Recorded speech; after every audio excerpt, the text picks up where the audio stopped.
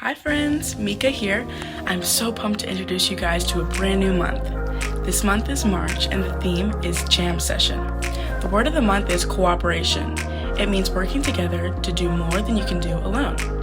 Today's story is about how everyone came together to help build the tabernacle. Alright, see you after the video. Enjoy it!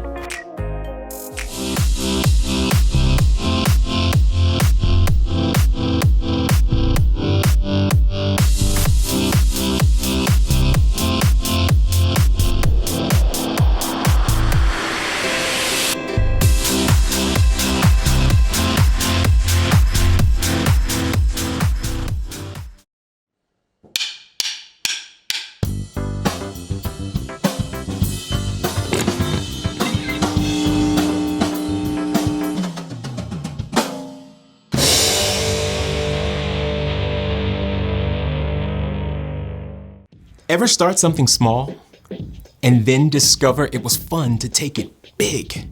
You read an awesome story and then you bring the whole thing to life for your friends and family.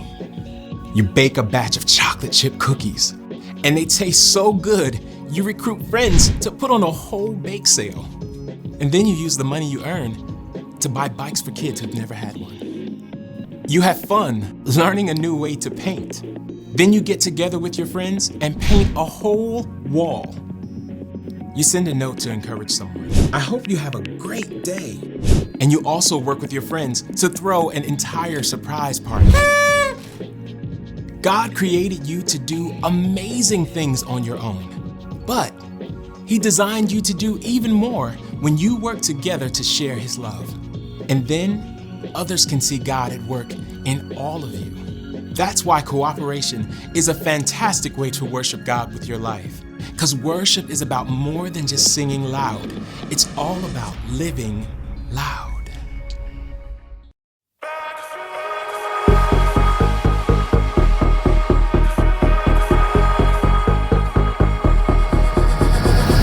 Anytime we need you, God, you're always there for us. Whatever we go through, God, you are the one we trust. We're working together just to share your love.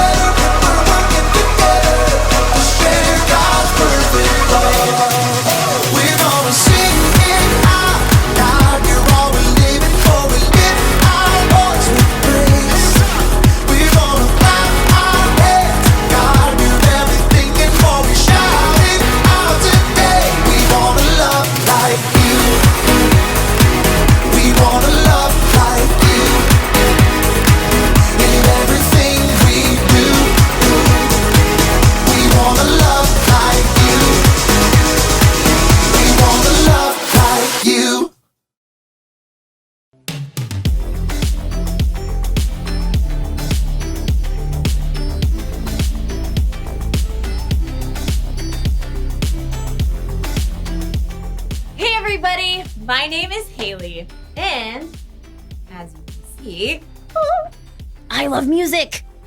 And I mean all kinds of music. Rock music. Country music. Hip hop. I love it all. But my favorite kind of music is the kind that involves cooperation. Cooperation is working together to do more than you can do alone. Take an orchestra, for example. It takes all kinds of cooperation for an orchestra to come together. They've got strings, woodwinds, brass, and of course, percussion. By themselves, those instruments sound just fine. But when they all play together,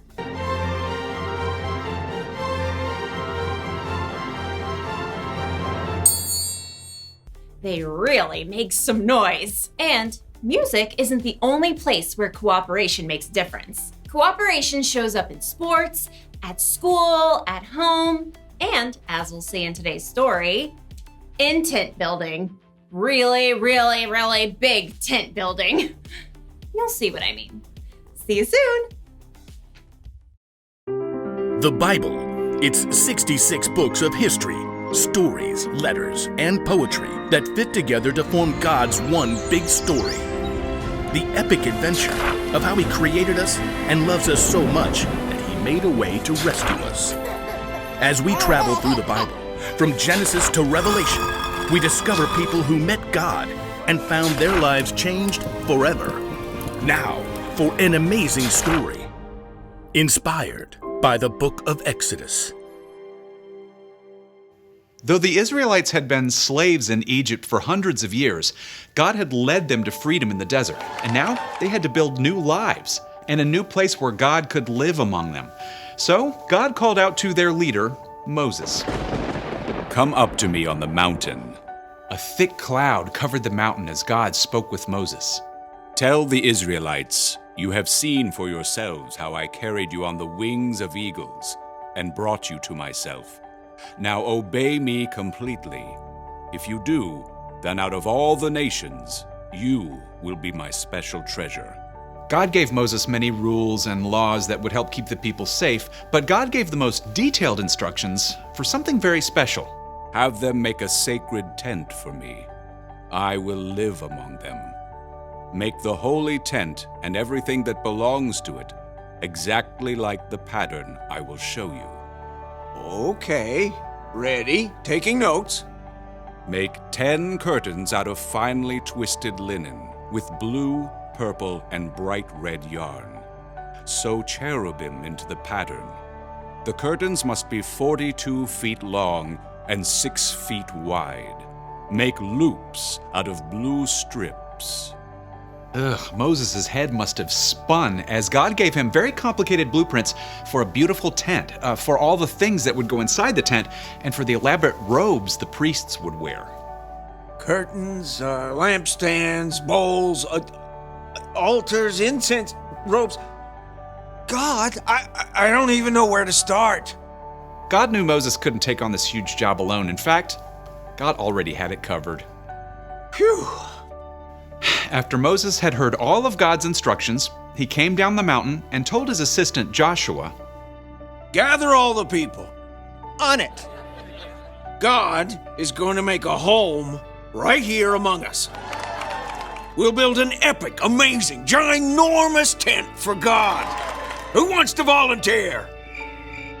Maybe you should be a little more specific. Good point. One thing at a time. Aaron? Moses pointed out his brother standing near the front. Right here! God has chosen you and your sons to serve as priests in the sacred tent. Oh, we're honored, but, we need the tent first. Exactly. We'll need a skilled craftsman to head up the whole project. Moses looked out over the crowd. Bezalel, son of Uri. The names spread through the vast crowd, and in moments, a young man with bright eyes and strong hands leapt off a rock and came forward. Bezalel, son of Uri, tribe of Judah, at your service. God has chosen you to lead everyone crafting the holy tent. Wow. Okay. Gonna need half a second here. Don't worry. God's filled you with His Spirit, with wisdom, understanding, knowledge, all kinds of skill. You're talking about me? Can you make beautiful patterns in gold, silver, and bronze? Well, yes. Can you cut and set stones? Yep. Work with wood? Absolutely. Craft as if Pinterest were already a thing? Theoretically, yes. God will give you all the help you need, starting with, Oholiab? Another man stepped up, smile lines crinkling his face. Hey, man, that's me. Yeah, God also had chosen you and given you special skill in all kinds of crafts. Oh, totally rad. And to top it off, God has given both of you the ability to teach others everything you know. All right, we're so on it. We'll train up an entire team. There was just one catch. We need to lay in supplies. Yeah, anyone seen a House Depot? How about tents to go? God will take care of it. We need everyone to help. Please bring an offering for the Lord from what you have. Quickly, people came forward to give to the work of the holy tent. Take these gold earrings and this necklace. I can haul in loads of acacia wood on my donkey. I've been saving this purple yarn. I picked the olives for this olive oil. In fact, the people had brought so much, the workers couldn't use it all. Stop! Please, we have more than enough. So under the guidance of Bezalel and Oholiab, a team of men and women stepped up to create the tent. They carved tables and altars and curtain bases. They crafted golden lampstands and bronze bowls. They spun and wove yards and yards of bright-colored linen curtains. They sewed special robes for the priests and compounded beautiful incense to burn on the altar. At last, the tent of meeting was complete. Moses and all the people gathered together once more. You have done the work just as God commanded. May God bless you all. When everything was finally in place and the priests were ready, a cloud covered the tent, and it filled with the glory of God that everyone could see.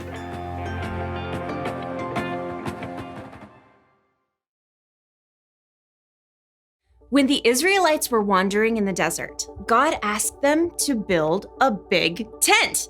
A tent we now call the tabernacle, where people could worship God and where God could live. Oops. You heard that right. God wanted to live with the Israelites in the desert inside of a big traveling tent. And God wanted the people to work together to make it. So, they needed people with all kinds of different gifts. Designers, people who could sew, people who could work with stone and fine metals. Plus, they needed teachers who could train people how to do all of those things. God knew that if they all worked together, they could make something incredible. God has always been big on cooperation. Think of Jesus. He could do so much on his own. He could work miracles, and yet he chose to work together with a unique group of 12 disciples as he traveled and he taught. God wanted them to work together. And guess what? God wants us to work together too. You see, we are all unique. We all have things we're good at. We could be good at sports, or good at math, or good at coming up with stories. We could be hard workers, or good at solving problems. And by ourselves, we could do just fine. But when we work together, when we use our gifts with the gifts of other people, then we can really make some noise.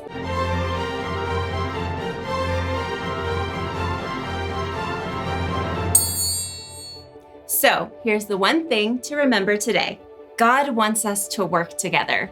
Working together helps us get things done faster. It helps us get things done better.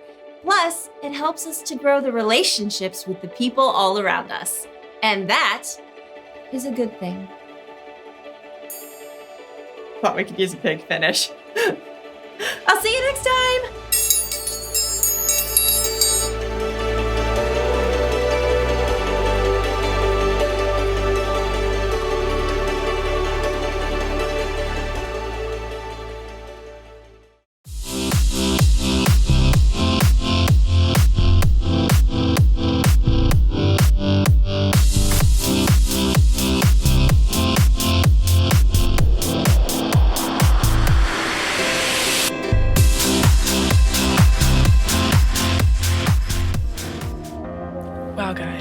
that such an awesome video? The bottom line is, God wants us to work together. And He's right. Working together and helping each other out is how we show our love for one another. We're going to be hearing so much more about cooperation this month, and I'm super excited, so make sure you stay tuned. See you guys next week. Bye!